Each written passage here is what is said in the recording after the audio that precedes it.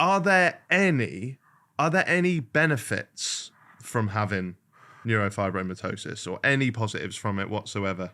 I get away with hell.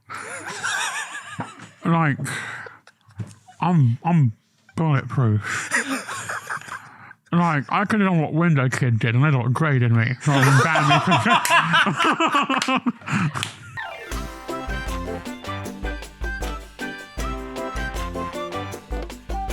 Mind if we do a little section here about NF1 and just ask you some quick fire questions about it? Let's do it. Where should we start here? And our listeners will get so much from this, getting to learn about something that they probably don't know. We know very little about it, do we? I can't remember. We've touched on some of these already. So we know you're about to have your 40th surgery. Yeah. Did you explain fully what the surgeries? I know you said they go in to take some out. But what are they doing exactly? So they're just removing as much of the excess as they can, as much of the fibroma, without interfering with things like blood supply. Because there were two kinds of fibromas. You've got basic ones that just sit there, you can like just pluck off. Yeah. And you've got plexiform ones, which is what mine are, where they wrapped around muscle and bone and blood vessels and stuff. Right. So you can only go so far before it becomes like a law of diminishing returns. Yeah, right. Before you're doing more harm than good. Got you. I see what you mean. Would your skeleton look the same then, Adam? No. So I have slightly deeper eye sockets, right, which is common with NF patients, and it does affect kind of bone structure, right, as well. So my jaw's like my bottom jaw's slightly further forward, right, than it should be. But there's so much kind of circuitry going on there that breaking it and resetting it would be too risky. Right. And again, do more harm than good. Have you ever refused a surgery for any reason? Like, I don't particularly want that or don't need it or... I only have them when I feel like it's like medically necessary. I'm not trying to kind of attain like an aesthetic level of joy because I'm 40 years old and I don't really care. Yeah. But it's sort of like, for example, this is sort of like affecting my blink a little bit. This is what I haven't done. I haven't like all of this dealt with. What is this what you haven't done on Monday? On Monday. Yeah. And this is your forehead, like the top. Yeah. So I got a lot up here. Here we can all sort of like smooth out a little bit and get rid of this. Yeah. What is that affecting your blink now? Yeah. Right. How is your eyesight then? So I'm blind in this side, and I've got a scar on my cornea in this side, so I'm only at about 50%. Oh, right. I can get by. Yeah. Like I can still like kind of kick ass at Mario Kart. It's the important thing. Always back to the games. It's always back. The important stuff. Yeah. Right. Do you have to take medication? Not for NFs. So my asthma, yes, and my hay fever, yes. I've got to put eye drops in to stop my eyes getting dry. Right. Because my blink's affected. Well, what's a question about NF1 that you probably get asked the most, do you think? Just what is it? Right. Probably. Right. Like it's as common as cystic fibrosis. Okay. Yet no one's heard of it. Yeah. Right? And I think it's because it presents differently in everyone. Yeah. So there's no sort of like universal standard. Yeah, I'm fascinated that you said about it presents in some people as learning difficulties and stuff like that. So I can't believe, like, I don't know if it's ignorant of me to say, but I would just imagine that it's like, oh, people with this have learning difficulties or don't. It seems like such a contrast in that. It's absolutely fascinating. Is there any other misconceptions like that one that I just had that people have about it? Not about the condition itself. It's more people with the condition. Yeah. And I think it's not just true with NF. I think it's true with any kind of disability in general.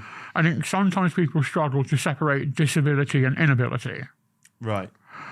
And I think it's one of the reasons why we have a really high disability employment gap. Because people just can't see past it. They say, oh, you have this, so you can't do this. Where it's, no, I have this, so I do that just differently. Yeah, right. Okay, yeah, that makes sense. Are there any other famous people that have this condition? I don't know. You're the most famous. I know. Oh, yeah, that was always going to happen. I know Gillian Anderson's rather had it. He sadly passed away now. Right. Right. Is when you say you don't know, is that because, as you said, because it kind of is different in different people? Yeah, There's no one that I would say obviously. Could you put 5 people who all have neurofibromatosis next to each other, and like even a doctor could look and not be able to tell that they've all got it? Yeah. Not without like a proper examination. I guess that's why it's because one of the symptoms is you get these spots called capillary marks, like these white birthmarks, like capillary being French for milky coffee, because that's the colour they are. Right. And if you have more than 7 of those, that's one of the kind of signs. Really? So if you only have a few, you're fine. Like if you've got a birthmark, don't be freaking out. You're golden. But yeah, but if you've got more than 7, maybe go see a doctor. Right. But yeah. How do you feel about people asking you questions about it? Obviously, we're in a setting where you knew you were coming in to speak about it, but how do you feel about like just an average person coming up to you and asking questions? Rock and roll. Yeah. Really? Yeah, let's do it. As long as they're respectful, I assume. Yeah. Oh, yeah. It's all in sort of like, wording and tone, and also why do you want to know? Yeah. If you want to know because you want to understand it more and make the world a better place. And better place for people like me, absolutely. Yeah. If you're asking because you're a bit pissed and you want to know if there's some vaudevillian spectacle, then maybe sober up and wait till the morning. Yeah, fair enough. I'm not sure how to word this question, but how sometimes children, you know more than most, children can be unforgiving, right? In terms of like in public, like I don't think they're unforgiving. I just think they're to the point. Yeah, I think kids are remarkably straightforward. They're very honest, joyously so. Right. So if you're out in public and you look different and kids are looking at you differently, how should their parents handle that? Like, how would you come and talk to me with your kid? Really? Yeah. Yeah. Don't sort of like try and dismiss it. Yeah. Because then that, even though you haven't verbally said it, the kid will see that as this is something to be dismissed. Yeah.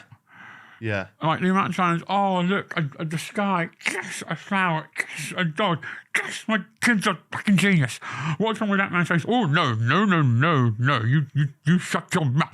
Right. Like, subtly, yeah. That says to the kid, this is taboo, this should be shunned, this can't be discussed. Right. Whereas as long as it's done openly, honestly, and respectfully, nothing to me is off the table. Perfect. I love that about you. That's why, again, going back to your tweets, I think you're fucking hilarious on well, we call it X now, don't we? I think you're hilarious on there. If you're not following Adam on Twitter, by the way, you need to follow him. Not the Newcastle guy, not the whole rugby guy. It's is it at Adam_Pearson? Adam_Pearson, the OG. The OG, I love it. Feel free, if this is a stupid question, just to fucking tell me this is a stupid question. We had Blind Tobes on here, who's a TikToker, blind guy, and we asked him this, and we actually got an interesting answer. So, are there any benefits from having neurofibromatosis, or any positives from it whatsoever? Oh. Any advantages?